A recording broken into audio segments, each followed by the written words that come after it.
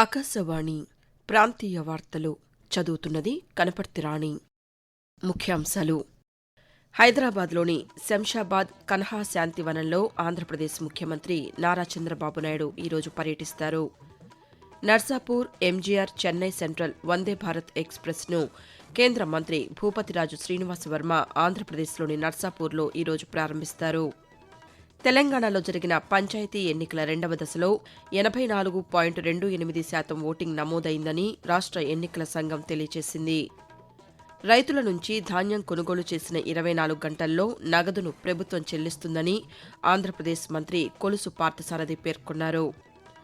ఆంధ్ర రాష్ట్ర సాధన కోసం ఆమరణ నిరాహార దీక్ష చేసి అమరుడైన పొట్టి శ్రీరాములు వర్ధంతి ఈరోజు.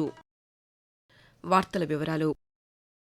తెలంగాణ రాష్ట్రం హైదరాబాద్లోని శంషాబాద్ కన్హా శాంతివనాన్ని ఆంధ్రప్రదేశ్ ముఖ్యమంత్రి నారా చంద్రబాబు నాయుడు ఈరోజు పర్యటిస్తారు.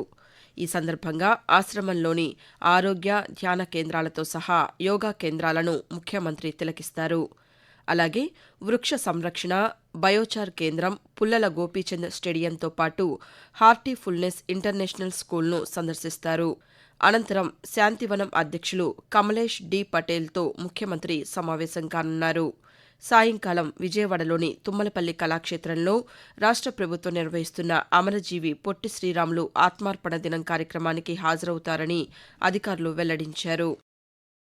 కేంద్ర పారిశ్రామిక, ఉక్కు శాఖల సహాయ మంత్రి భూపతిరాజు శ్రీనివాసవర్మ ఈరోజు మధ్యాహ్నం నర్సాపూర్ ఎంజీఆర్ చెన్నై సెంట్రల్ వందే భారత్ ఎక్స్ప్రెస్ను ప్రారంభిస్తారని దక్షిణ మధ్య రైల్వే ఒక ప్రకటనలో తెలిపింది. కోనసీమ ప్రాంతం నుంచి ప్రయాణికులు ఎక్కువగా ఉండటంతో ఈ ప్రాంతానికి వందే భారత్ ఎక్స్ప్రెస్ను పొడిగించినట్లు పేర్కొంది.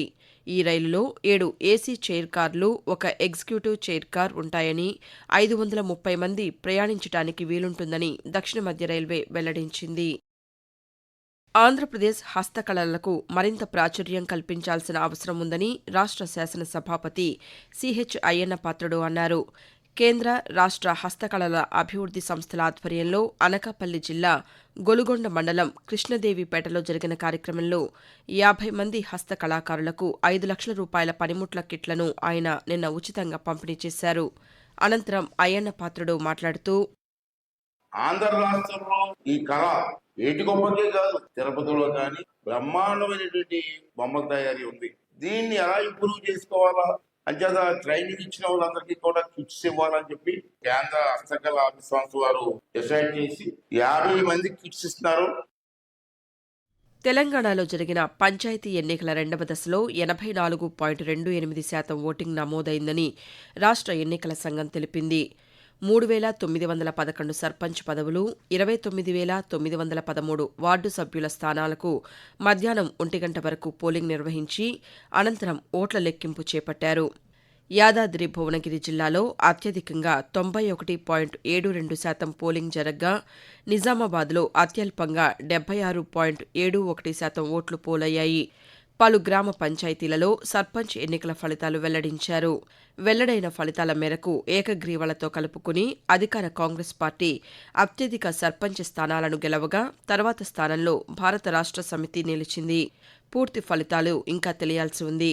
మూడో దశ పోలింగ్ ఈ నెల 17వ తేదీన జరగనుంది. రైతుల నుంచి ధాన్యం కొనుగోలు చేసిన 24 గంటల్లో నగదును ప్రభుత్వం చెల్లిస్తుందని ఆంధ్రప్రదేశ్ గృహ నిర్మాణ శాఖ మంత్రి కొలుసు పార్థసారథి తెలిపారు. కృష్ణా జిల్లా మచిలీపట్నంలో ప్రభుత్వ వైద్యులు ఏర్పాటు చేసిన ఉచిత వైద్య, రక్తదాన శిబిరాలను మంత్రి నిన్న ప్రారంభించారు. అనంతరం స్థానికంగా ధాన్యం కొనుగోలులో ఎదురవుతున్న సమస్యలపై అధికారులను వివరాలు అడిగి తెలుసుకున్నారు.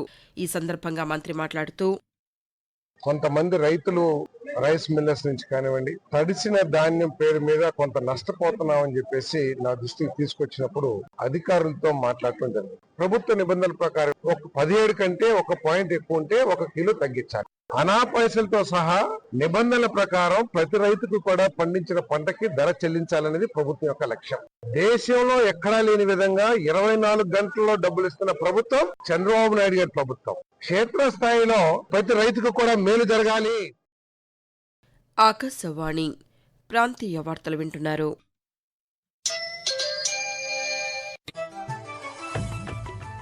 నిరంతర వార్తా విశేషాల కోసం ఆకాశవాణి సామాజిక మాధ్యమ వేదికలైన న్యూస్ ఆన్ ఎయిర్ యూట్యూబ్ ఛానల్ను, newsonair.gov.in వెబ్సైట్ను, ట్విట్టర్లో ఆల్ ఇండియా రేడియో న్యూస్ను వీక్షించండి.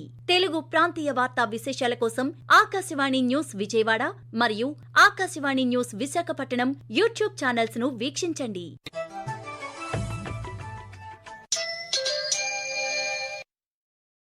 ఆంధ్రప్రదేశ్లోని విజయవాడ ఇంద్రకీలాద్రి శ్రీ దుర్గా మల్లేశ్వర స్వామివార్ల దేవస్థానంలో భవానీ దీక్ష విరమణలు ఈ రోజుతో ముగుస్తాయి.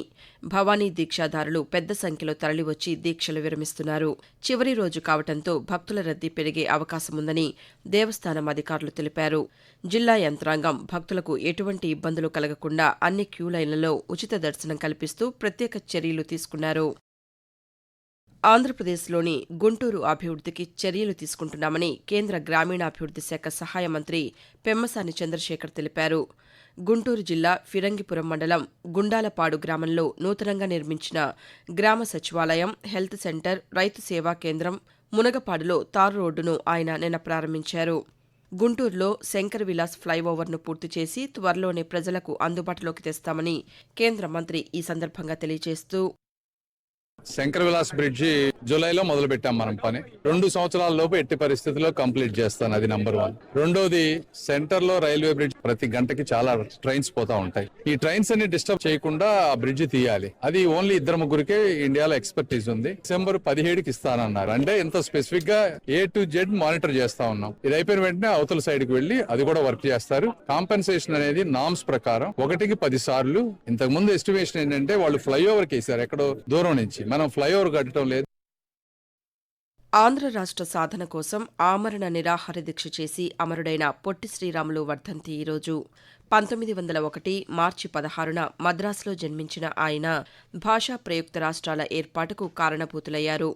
1930వ సంవత్సరంలో ఉప్పు సత్యాగ్రహంలో పాల్గొని జైలు శిక్ష అనుభవించారు. క్విట్ ఇండియా ఉద్యమంలోనూ చురుగ్గా పాల్గొన్నారు.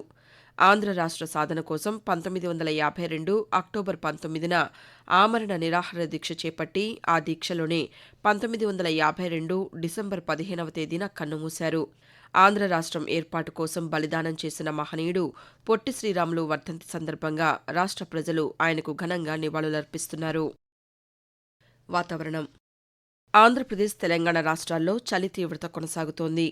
ఆంధ్రప్రదేశ్లోని పలు ప్రాంతాల్లో కనిష్ట ఉష్ణోగ్రతలు రానున్న 3 రోజుల్లో 4 నుంచి 2 డిగ్రీలు తగ్గే అవకాశముందని అమరావతి వాతావరణ కేంద్రం తెలిపింది. అల్లూరి సీతారామరాజు జిల్లా అరకులో కనిష్ట ఉష్ణోగ్రత 4.4 డిగ్రీల సెల్సియస్గా నమోదైంది. మరోవైపు తెలంగాణలోని కొమరంభీం జిల్లాలో 8.9 డిగ్రీల సెల్సియస్ కనిష్ట ఉష్ణోగ్రత నమోదైంది. ఏజెన్సీ ప్రాంతాల్లో దట్టమైన పొగమంచు కురుస్తుండటంతో ప్రయాణికులు ఇబ్బందులు ఎదుర్కొంటున్నారు. తెలంగాణలో ఖరీఫ్ వరిధాన్యం సేకరణ లక్ష్యాన్ని పెంచాలని పౌర సరఫరాల శాఖ మంత్రి ఉత్తమ్ కుమార్ రెడ్డి కేంద్ర మంత్రి ప్రహ్లాద్ జోషికి నిన్న లేఖ రాశారు. కేంద్ర ప్రభుత్వం కేటాయించిన 54 లక్షల టన్నుల్లో ఇప్పటికే 52 లక్షల టన్నులు సేకరించామని, ఇంకో 2 రోజుల్లో నిర్దేశించిన లక్ష్యానికి చేరుకుంటామని వెల్లడించారు. ప్రాంతీయ వార్తలు ముగించే ముందు ముఖ్యాంశాలు మరోసారి. హైదరాబాద్లోని శంషాబాద్ కన్హా శాంతివనంలో ఆంధ్రప్రదేశ్ ముఖ్యమంత్రి నారా చంద్రబాబు నాయుడు ఈరోజు పర్యటిస్తారు.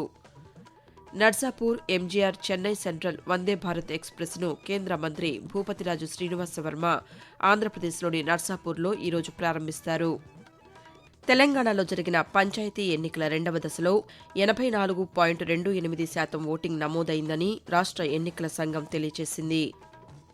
రైతుల నుంచి ధాన్యం కొనుగోలు చేసిన 24 గంటల్లో నగదును ప్రభుత్వం చెల్లిస్తుందని ఆంధ్రప్రదేశ్ మంత్రి కొలుసు పార్థసారథి పేర్కొన్నారు.